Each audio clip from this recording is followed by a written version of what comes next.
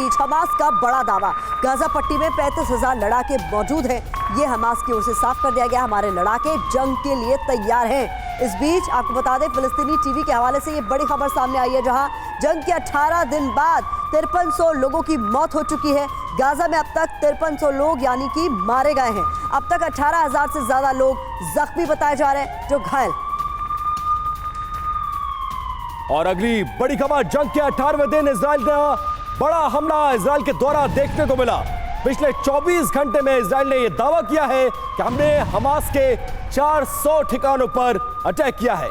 IDF का दावा कि हमास के 3 डिप्टी कमांडर भी इस पूरे हमले में, इस पूरे ऑपरेशन में मारे गए। दर्जनों हमास लड़ाके भी इस हमले में ढेर हुए हैं। इजरायली हमले में बीती रात 140 लोगों के मौत की खबर है। और इस बीच अगली बड़ी खबर आपके सामने, जहां हमास ने 2 बंधक इजरायलियों को रिहा किया है। राफा क्रॉसिंग पर इजरायली टीम को इन बंधकों को सौंप दिया गया है। ये तस्वीरें आपके सामने है। 85 साल की योचोवेड लिफ्टशिट्ज रिहा की गई है। 80 साल की नूरिट कूपर को भी रिहा किया गया है। 2 अमेरिकी बंधक, इससे पहले हमने आपको तस्वीरें दिखाई थी, जिन्हें पहले ही रिहा किया जा चुका है। और उसके बाद ये 2 महिलाएं, जिन्हें मेडिकल ग्राउंड्स पर रिहा कर दिया गया है हमास द्वारा। और आईडीएफ के मुताबिक हमास के पास अब भी करीब 220 से ज्यादा लोग बंधक हैं। बंधकों में करीब 30 बच्चे और 20 बुजुर्ग भी शामिल हैं। हमास ने 3 दिन पहले 2 अमेरिकी महिलाओं को रिहा किया था। दोनों महिलाएं किबुत्स म्यूजिक फेस्टिवल से अगवा की गई थी। तस्वीरें आपके सामने।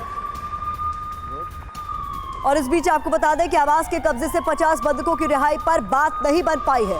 इजराइल के फ्यूल देने की मांग खारिज करने के बाद ये बातचीत नाकाम हुई। कतर की मध्यस्थता में ये बातचीत चल रही थी, हालांकि ये विफल बताई जा रही है, क्योंकि फ्यूल की मांग की जा रही थी, जिस पर अभी कोई बात नहीं बनी है। इजराइल की तरफ से मनाही के बाद ये बातचीत विफल नजर आ रही है।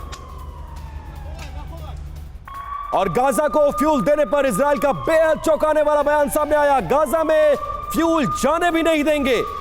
नेतन्याहू के सलाहकार ने यह बड़ा बयान दिया। सारे बंधकों की रिहाई के बावजूद भी फ्यूल नहीं देंगे, और अगर कोई दिया तो उस पर भी आपत्ति जता दी है।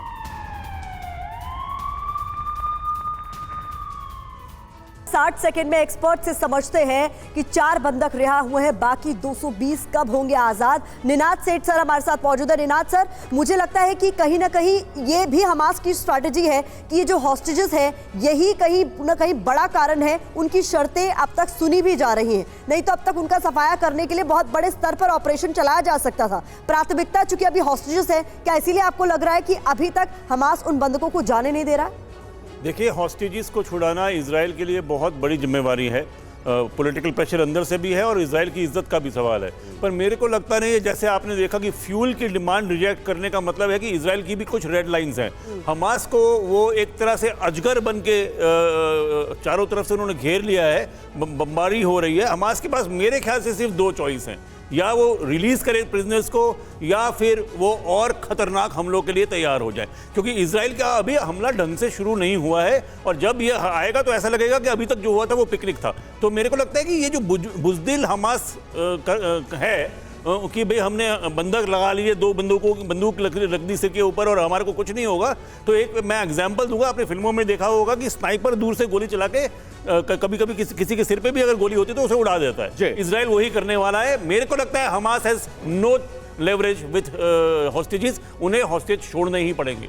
बिल्कुल सही सर कहा, और बहुत कॉम्पैक्ट तरीके से आपने समझाया कि कैसे इस पूरे मामले में इजराइल क्यों प्रेशर में नहीं आ रहा है और हमास क्यों ब्लैकमेलिंग पर उतर आया। और देखिए, अगली बड़ी खबर का रुख कर लेते हैं। अमेरिका को इजरायली तैयारियों पर शक है।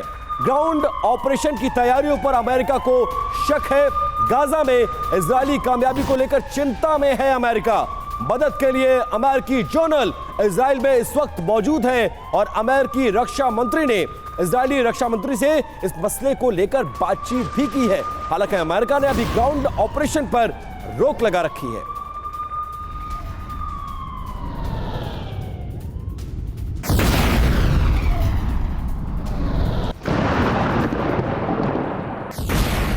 तो आइए समझते हैं कि आखिर इजरायली ग्राउंड ऑपरेशन को लेकर अमेरिका की चिंता किस तरह की है और कितनी बड़ी है, इसे समझाते हैं।